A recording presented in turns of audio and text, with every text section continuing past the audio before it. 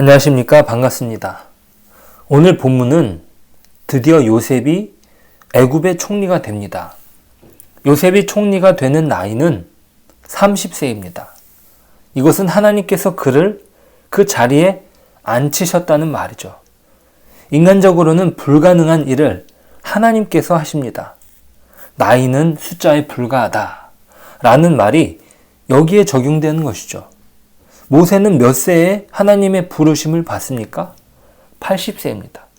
그가 젊은 나이에는 부르지 않으시고 80세에 부르시죠.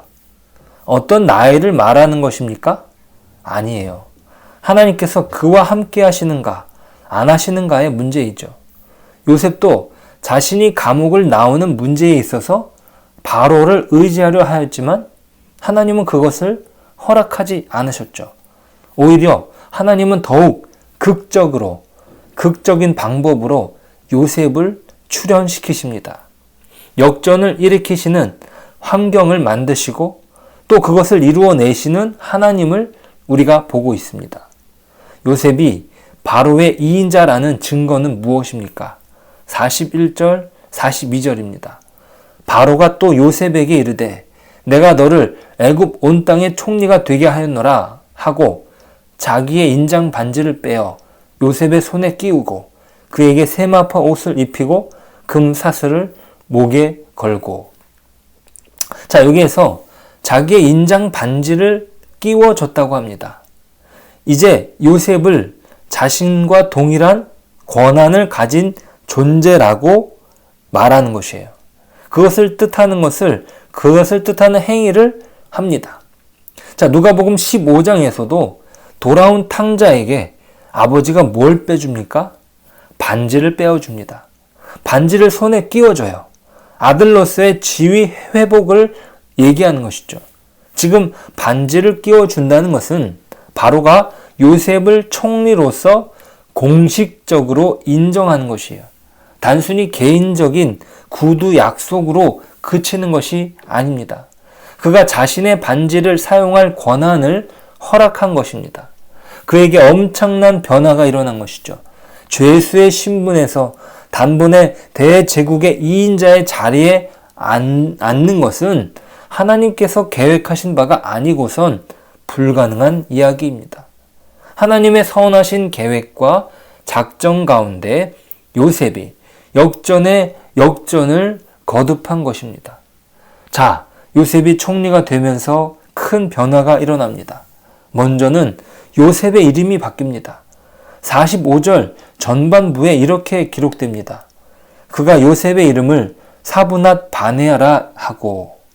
자, 여기서 사브낫 바네아라 라는 이름은 애굽식 이름입니다. 요셉의 이름을 창시 계명한 것이죠. 누가요? 바로가 이름을 바꾸어 버립니다. 자, 그 뜻은 생명의 부여자라는 뜻입니다.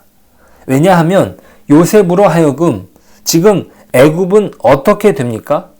먹고 살게 됩니다. 바로가 꾼 꿈으로 인하여 멸망의 위기에 놓여있던 제국이 요셉으로 말미암아 살아난 것이죠. 바로가 죽음이라는 이미지에 직면하며 벌벌 떨었던 것과는 대조적으로 요셉은 제국과 온 세계의 생명을 구원할 새로운 힘을 대표합니다. 오늘 본문에서 그런 내용들이 강조되어 나타납니다.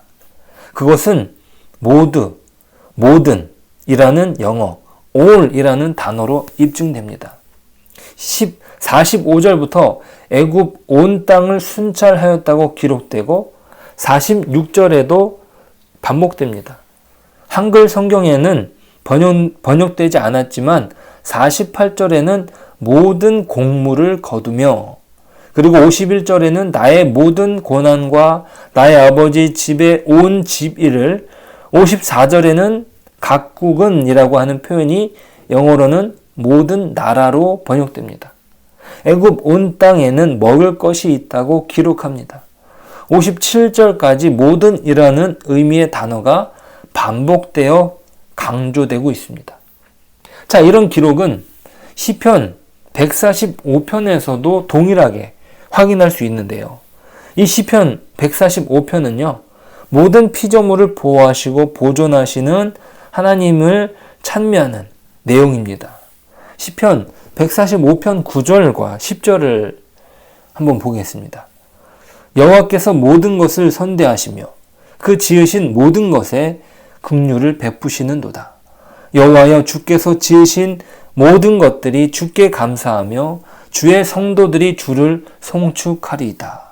이렇게 시편 145편에서도 곳곳마다 모든이라는 단어를 사용하여 여호와의 통치와 영광을 찬양하고 모든 생명이 하나님께 속한 것임을 강조합니다. 오늘 본문에서는 요셉이 그 성경적인 사상의 중재 역할을 합니다. 시편 145편에서 하나님께 속한 것들이 오늘 본문에서는 요셉에게 속한 것으로 옮겨집니다. 하나님을 배제한 인간의 통치로 인하여 기근에 시달리는 땅에 생명의 가능성을 불어넣는 요셉의 통치를 대비시키죠. 생명의 부여자로서 그 역할을 요셉이 감당하는 것입니다. 이것은 많은 신학자들이 요셉을 그리스도의 예표로 보는 이유입니다. 생명을 불어넣는 생명의 근원자이신 예수 그리스도를 예표하는 역할로서 요셉이 있다는 것이에요. 자, 그리고 요셉에게 중요한 변화가 그 뒤에 이어집니다. 또 온의 제사장 보디베라의 딸 아스낫을 그에게 주어 아내로 삼게 하니라. 요셉이 나가 애굽 온 땅을 순찰하니라. 요셉이 누구의 사위가 됩니까? 이방 우상을 섬기는 제사장의 사위가 됩니다. 온의 제사장 할 때 온은 우상 이름이에요. 애굽이 섬기는 최고의 신이 바로 태양신입니다. 그 태양신의 아들을 바로라고 말하죠. 자, 태양을 레라고 합니다. 온이라는 말은 레가 택한 사람, 즉 태양이 택한 사람이라는 의미입니다. 자, 요셉이 우상을 섬기는 제사장의 사위가 됩니다. 그리고 그가 맞아들이는 아내의 이름은 뭡니까? 아스낫입니다. 이 아스낫이라는 이름의 뜻도 레이스 신에 속한 자라는 뜻이에요. 역시 이방신과 관련된 이름입니다. 자, 문제는 요셉이 이것을 어떻게 합니까? 거절합니까? 아니에요. 받아들입니다. 바로의 처사로서 신앙인 요셉이 이것을 거절하는 것이 아니라 받아들인다는 것이에요. 이것이 우리에게 질문을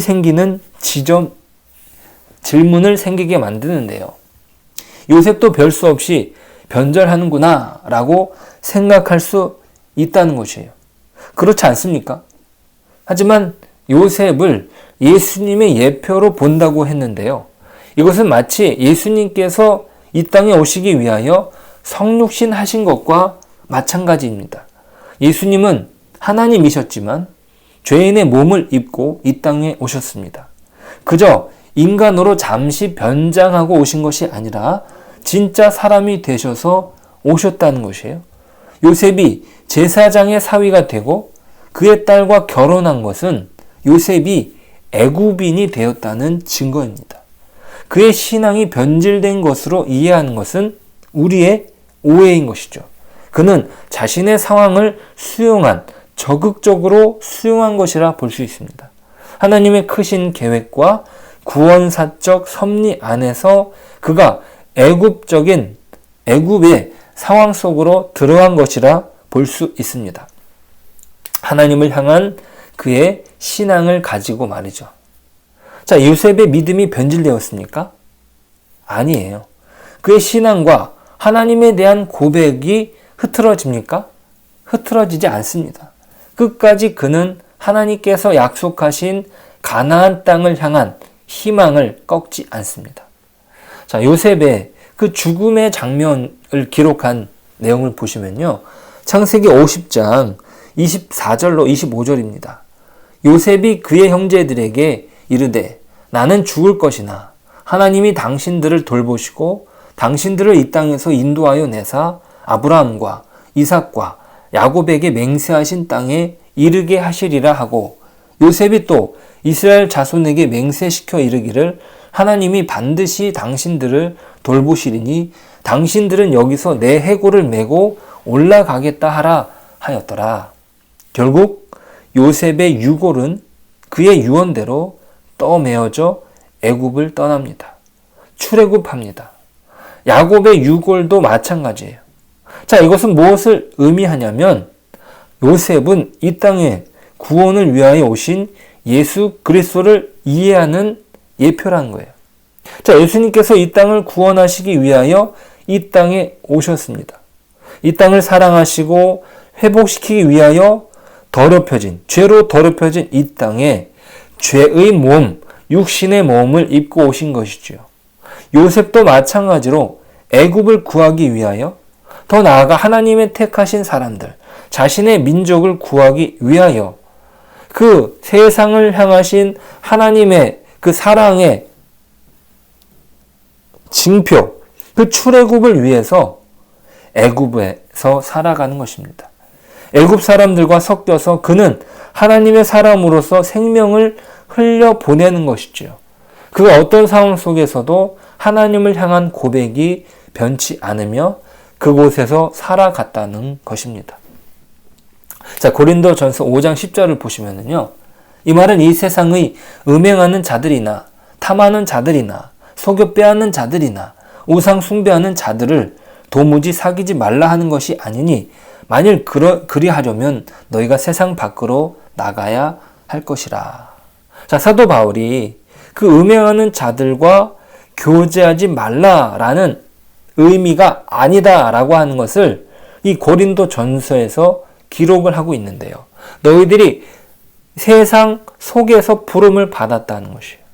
세상 속에 있으면서 그렇게 우상 숭배하는 사람, 음행하는 사람, 탐하는 사람들과 사귈 수 있다는 거예요. 자, 하나님은요, 우리를 이 땅에서 부르셨습니다. 이 땅의 가치관과 죄와 버타던 삶에서 우리를 구원하셨다는 것이죠. 이 말이 단순히 이제는 이 땅과는 이별하여 하나님의 거룩한 사람으로서 구별된 삶을 살라는 것이 아니에요. 오히려 오늘 본문의 요셉처럼 요셉으로 말미암아 애굽이 회복되는 것처럼 우리가 이 세상 속에서 하나님의 사람으로서 생명을 잉태하는 자로, 생명을 낳는 자로 부르셨다는 것입니다. 어떻게 이것이 가능합니까? 요셉이 대단하여서 그렇게 되는 것이 아니라 요셉을 빚으신 하나님께서 그를 통하여 하나님께서 은혜를 베푸신 것이죠. 요셉이 대단한 것이 아니라 하나님의 능력이 대단한 것입니다. 요셉을 그 자리에 앉히신 것은 하나님이십니다. 요셉은 하나님의 훈련하시는 손길에 자신을 맡기고 나아가는 것밖에 없습니다. 물론 그것은 힘들고 어려운 고난의 시간을 지나왔습니다. 자, 그러니까 그는 자신의 첫째 아들의 이름을 뭐라고 짓습니까? 므낫세라고 짓습니다. 그 뜻은 잊어버리다 라는 뜻이에요. 51절에 그의 고백이 그것을 말하지 않습니까? 요셉이 그의 장남의 이름을 므낫세라 하였으니 하나님이 내게 내 모든 고난과 내 아버지의 온 일을 잊어버리게 하셨다 하며, 자, 하나님께서 자신을 회복시키셔서 과거의 모든 고난과 어려움을 잊어버리게 하셨다는 것을 고백합니다. 이 모든 것의 역사와 하나님의 역사가 하나님으로 말미암았음을 인정하는 것이죠. 오늘 우리에게 어떤 고백이 있어야 하겠습니까? 하나님께서 나와 함께 하심으로 내가 오늘도 생명을 흐르게 하는 자로 세워졌다는 것입니다. 내가 하는 것이 아니라 하나님께서 하게 하신 생명의 전달자로 오늘도 그렇게 세워지길 소망합니다. 내가 하는 것이 아니라 하나님이 하십니다. 오늘 그 하나님의 손길에 우리 자신을 맡기며 나아가는 저와 여러분 되시길 소망합니다. 기도합니다. 하나님 감사합니다. 우리가 우리 스스로 생명의 자리에 있지 못함을 고백합니다. 요셉이 하나님의 은혜로 애굽의 총리가 되었습니다. 그 죽을 수밖에 없었던, 멸망할 수밖에 없었던 그 모든 애굽을 생명이 태어나는, 생명이 살아 숨쉬는 곳으로 요셉이 바꾸었습니다. 하나님 그것을 가능하게 하신 이가 하나님이심을 저희들이 오늘 보게 됩니다. 하나님 동일하게 저희들을 이 땅에서 생명을 흐르게 하는 자로, 또 하나님의 생명의 전달자로 세우신 줄 믿습니다. 하나님 그 은혜 안에 오늘 하루도 저희들이 살아갈 수 있도록 도와주십시오. 오늘도 하나님께서 우리를 구원하신 그 은혜와 그 감사 안에서 우리에게 맡겨진 그 책무를 감당하는 저희들의 삶이 될 수 있도록 은혜를 베풀어 주옵소서. 예수님의 이름으로 기도드립니다. 아멘.